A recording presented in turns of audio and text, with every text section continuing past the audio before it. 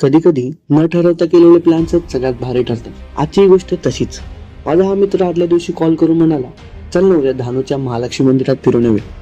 मनात आलं, घराच्या जवळ असलेलं महालक्ष्मी मंदिर ते सोडून इतक्या लांब कशाला जायचं. त्यानंतर विचार केला, जाऊया ना, काय हरकत आहे.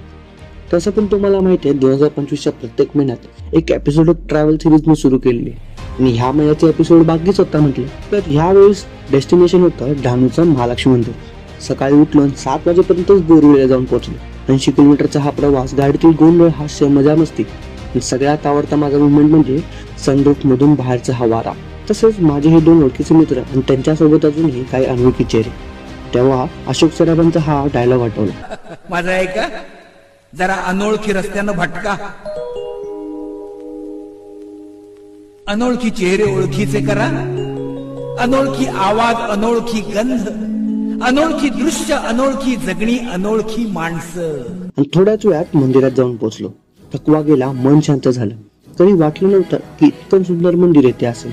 महालक्ष्मी म्हणजे फक्त मुंबई नाही, प्रत्येक ठिकाणी तिचं वेगळं रूप, वेगळी शांतता असते.